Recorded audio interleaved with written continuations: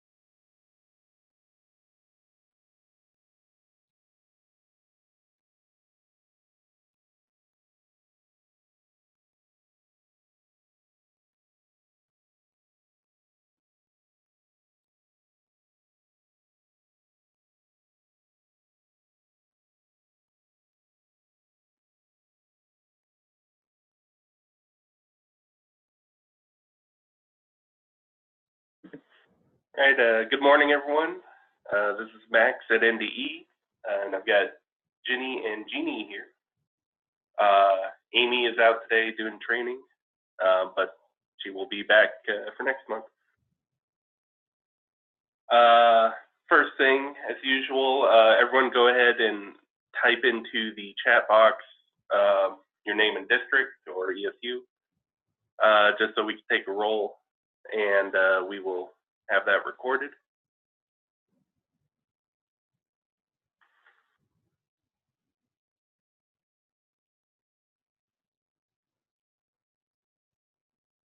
All right. So first, a little update on our goals. So we now have 233 districts have published at least as far as getting to their student enrollment data in the 1718 advisor database. So we are, I'm pretty happy with where we're at. We're tracking the remaining districts, and so we're aware of them. There's one power school district we are looking at, 3 districts who are having to switch from Sycamore, so we understand that. And then we've got 5 more Infinite Campus districts and 2 more JMC districts, but the vendors are helping them work through and get connected. So we're pretty happy with where we are at there, and we will keep going and try to get everyone on the list before, hopefully within the next month, I'd say.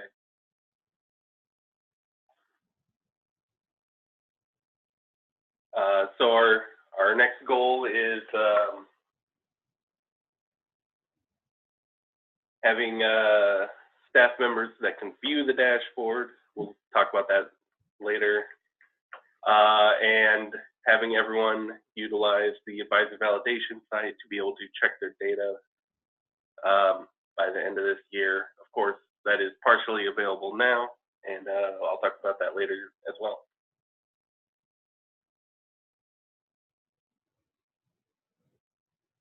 All right, first up, there is a new round of spring advisor work days that we've been planning. The ESU members, along with Amy and others, have been planning that starting in March, I believe. I don't know that we have a lot of them confirmed, but as we do confirm them, they will be posted on the calendar in the advisor site here. So we've got at least one on the list so far. Oh, this is more in April, as you can see.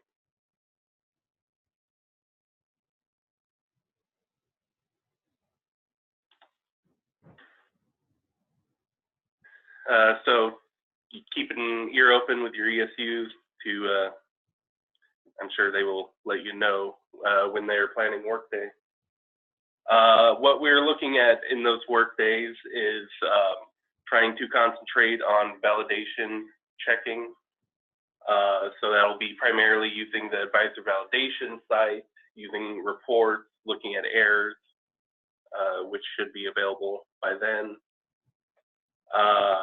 We also hope to have part of it involve SRS training, as SRS is in the process of doing their initial testing with, I think, about 5 districts right now. And Wade from ESUCC will help create the training for that. And hopefully some dashboard training, depending on how much of the dashboard is really working at that point. But I like we say here, our first goal is to have someone from each district at least be able to get into the dashboard. That means having all the SSO issues worked out, understanding how to add a staff person in your SIS so that they can get access to the dashboard. So that's a couple of tricky steps right there.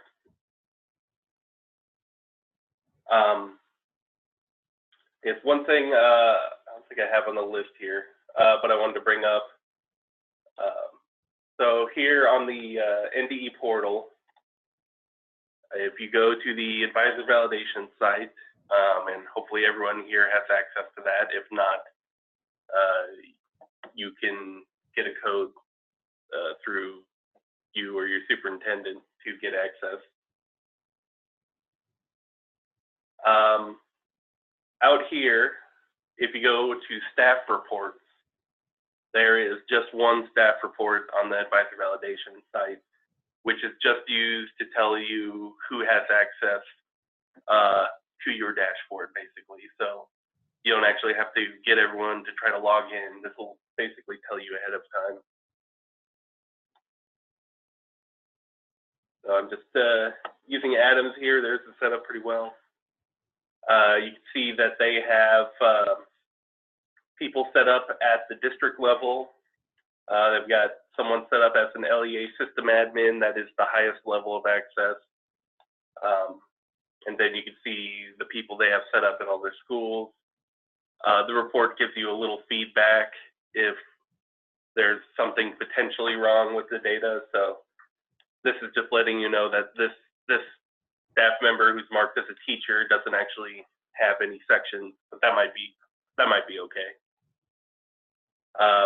So that report is out on the advisor validation site now. I would definitely recommend everyone who's interested in the dashboard take a look at that.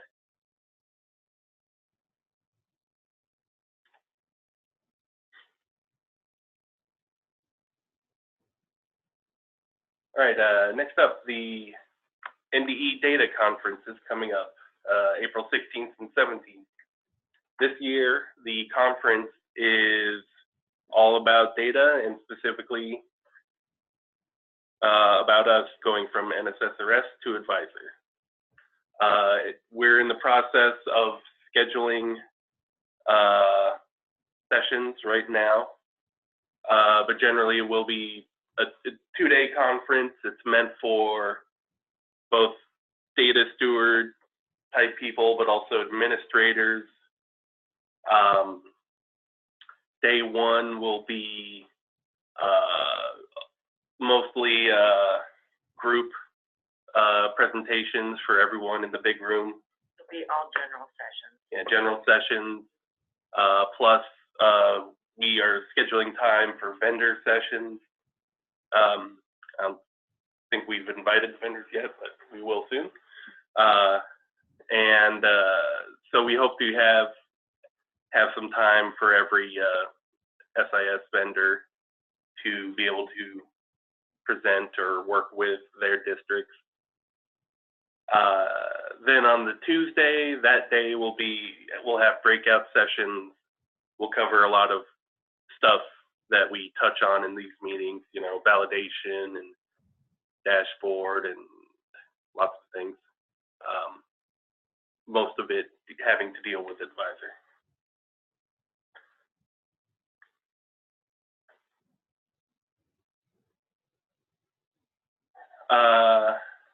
Cheryl is asking about errors.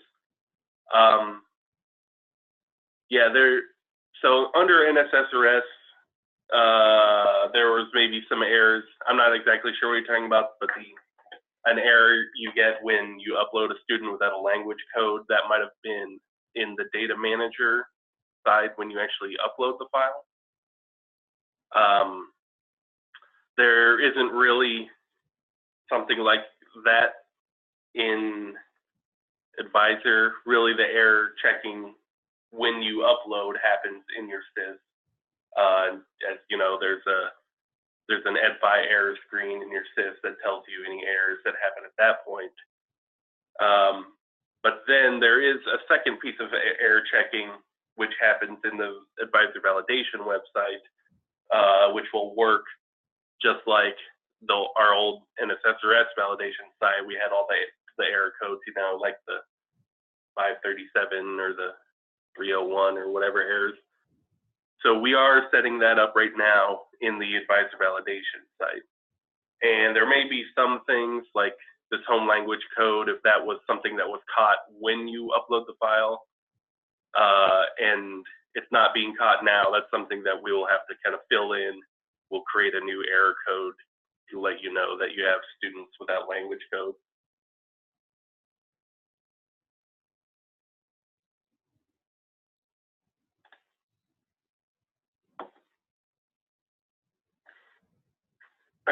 So if you go down, it shows the schedule on this website for the data conference, what we have right now.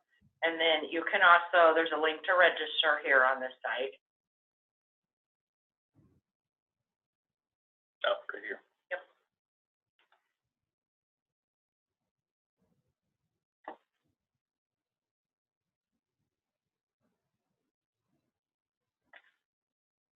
And right now, if you have any questions about it,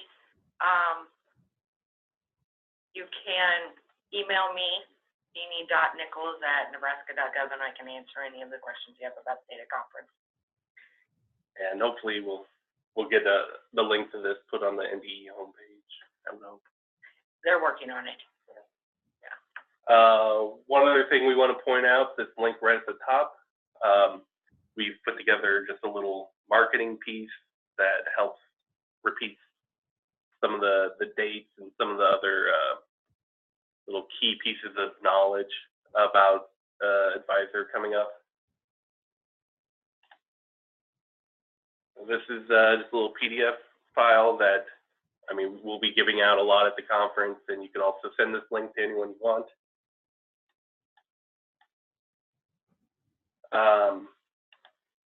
It's just a little 2-page document that talks about some of the basic definitions, stuff we've talked about at work days. Advisor versus EdFi. It goes into some of the rough parts of the schedule we're looking at.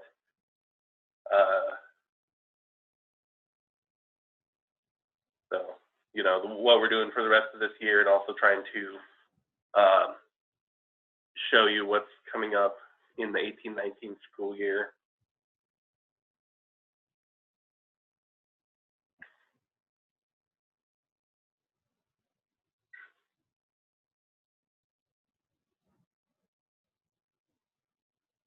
And the second page here, a couple links, other resources, where to go to get help, email addresses. So hopefully if you're on this call, you are familiar with those. Glenna, this document is posted on the conference website.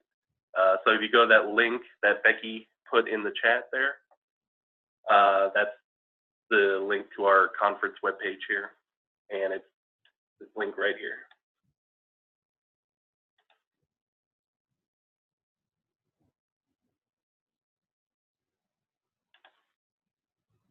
Anything else about the conference we need to cover? You know, just watch for further information about the session. We should have those within a couple weeks.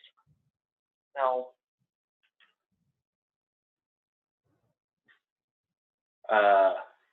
Just a reminder, I think we keep this on here all the time. We are looking for all of the data next year to come from your SIS. All the accountability data. If you are aware of any data right now that you are just entering directly into CSV files and spreadsheets that you upload to NSSRS, that is something that you will want to look at hopefully before the end of this year, so we can start making a plan to get it into your system.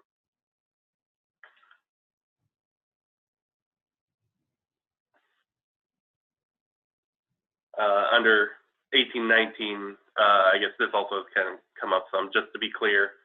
So come next school year, we will still be accepting NSSRS files only for the follow-up collections, just like we do follow-up collections this year for last year's school year. Come 18-19, we will still be having these NSSRS follow-up collections for 17-18 data, which will still use the file, but that will only be for 1 year. So once those follow-up collections are done, then we'll completely be out of doing those NSSRS CSV files.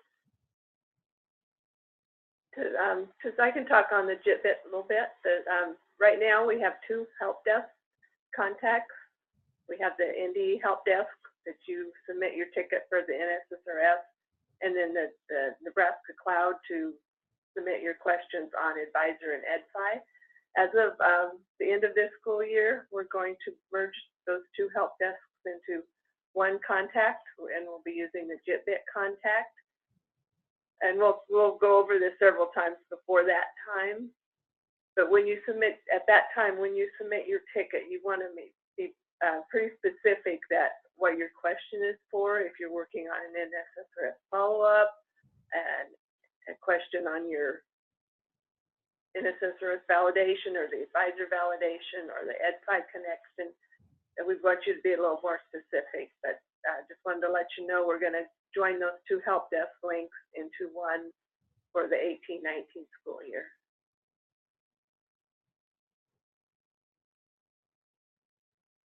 All right, another question I know several districts have asked about, and I believe Infinite Campus recently just started supporting the ability to send up a reporting school for a student. So under Advisor now, you can have a student in your system that is located in your SIS, not at the school that the state wants to see them at. I think a lot of districts have it set up that way for special purpose, special case students. And typically you may have filled them out with an alternate school number or something in your SIS, and when your system generated those NSSRS files, it would use the school that we want to see them reported at, or you may have been doing it manually in the NSSRS files. So under Advisor now, we allow you to have both of those numbers get sent to us, and the new field is called the reporting school. That field is the school that the student will show up under for NDE accountability data. And when you're looking at the Advisor Validation website, they should show up under the reporting school, not the actual school that they are listed under your SIS. Versus, I believe the dashboard will use the school that is set up in your SIS, not the reporting school. But if you have students listed under a school that is non-reportable that NDE doesn't already have on a list, you are getting errors right now. Just because we don't recognize the number that you're using. So we will be setting up a form to collect the name and number of these non-reportable schools. And it'll just be a one-time setup. If you're a district that's using those, you just will fill out this form and we'll get that set up so that you can start sending that data without getting errors. I haven't set up the form yet. I've got to pass through forms control and stuff, but within a couple of weeks, I should get that posted. And I'll post it on the Advisor side, and we'll also get a link to it. We'll cover that in our next monthly district meeting.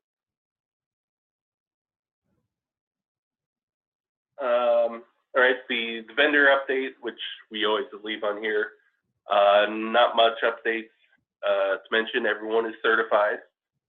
JMC was the latest vendor to get certified, and they had a kickoff meeting, and now about half of their districts have already gotten connected and are sending data. SRS is in the middle of testing. Like I said, I know they have at least 5 districts that they are testing with and connecting to read data. And so I assume ESUCC is working with them directly. PowerSchool, Amy's really leading a group to help organize issues with PowerSchool and test and work through those, and we meet routinely with people from PowerSchool to bring those issues up. So Amy's doing a great job helping organize that group, and I believe there was a PowerSchool update that went out December 22nd, which had a few fixes. I think that's been slowly going out to all the districts. It's hopefully sent out there now. Infinite Campus, like I said, we've also been working through some issues and fixing things with them. I put in a fix to the system to allow course transcript data for courses from previous years that we don't have the course code for anymore to go through. So that has been fixed, and that data should be sending. Yeah, Michelle's on here. Michelle, if you want, you can unmute.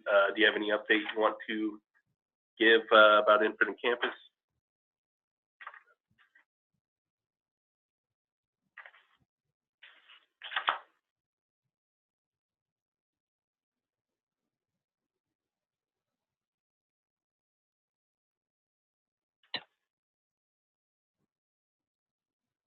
I'm sorry, did you hear me? I can hear you now. Okay. We are working through a few issues. We expect most of them to be resolved in the next couple releases. And I believe we're aware of every issue that there is, and so we're just working through them. And yeah, I see we are more and more districts are coming online with campus, so there's just a handful left. But I've been looking at those. I see some come on every week. So. All right, and I plan to follow up with them. I didn't think we had 5 left, but I will follow up. Well, at least they may have connected and sent some data. I'm looking if they got as far as sending any enrollment data, any entry or data. So I can give you that list later if you need. That'd be great. Thanks, Max.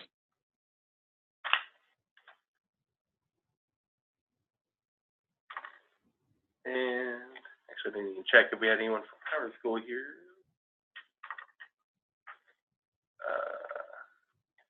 I don't see Doug, but maybe not. All right. So I don't. Rest of the vendors are going along. We've,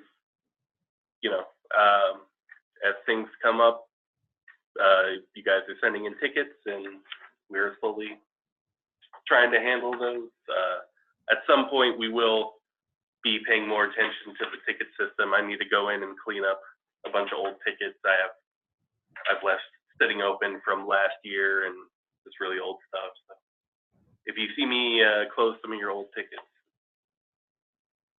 probably just me trying to clean up and catch up. So once we've got it really running smoothly, we'll be making sure we handle every ticket as it comes in.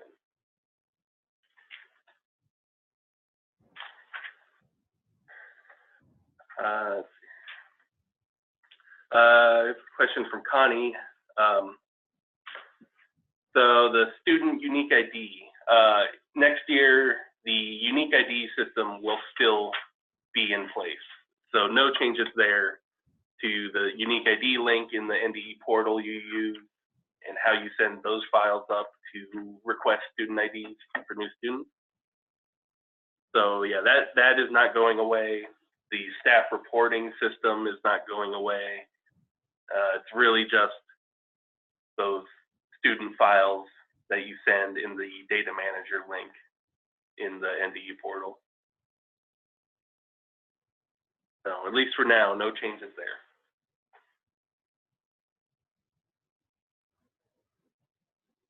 Alrighty. Yes. Yes, from Becky, yes, you still need to upload every student every year for the unique ID at the beginning of the school year. That's real important. And we will have a session on unique ID at the conference to go over that and answer any questions on things that people are having trouble with.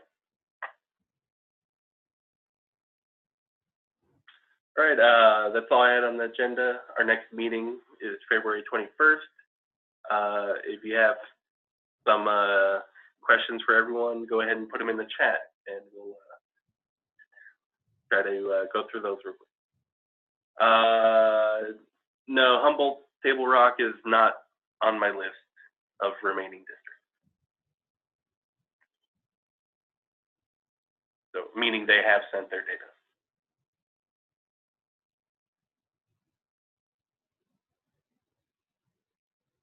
Any other questions?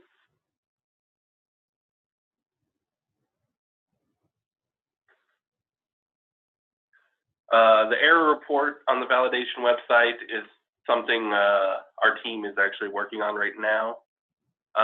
We hope to have it available roughly by the end of February.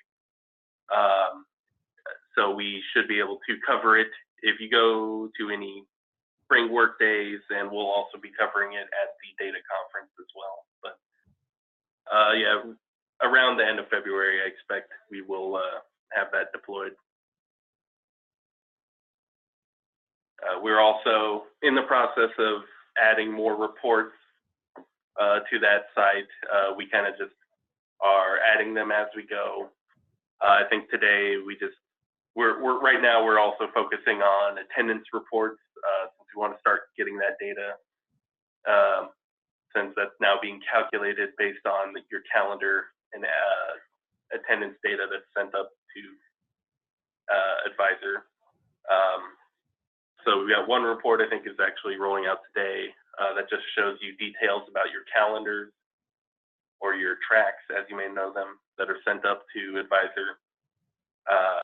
And we've got more attendance reports that will be coming in the next month as well. So we'll be continuously adding things to it until the end of this school year, I'm sure.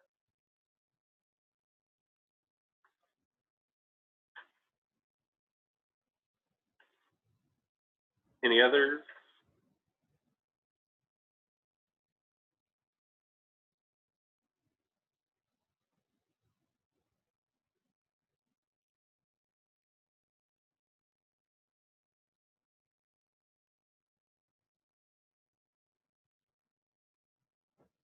All right. The spring work days are on the advisor website calendar. Some of them are on there right now. And if we hear about any others, we will continue to post them out there. So, and if you have one that's not on there, just, talk to Amy, we'll get that scheduled. Yeah, okay.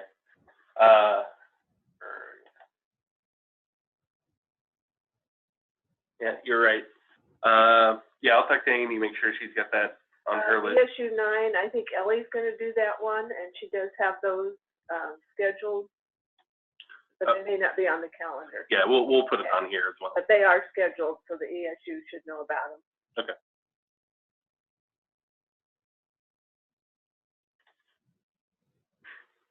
All right, thanks, Liz. I think that'll be it then. Get out early. Thanks for joining, everyone.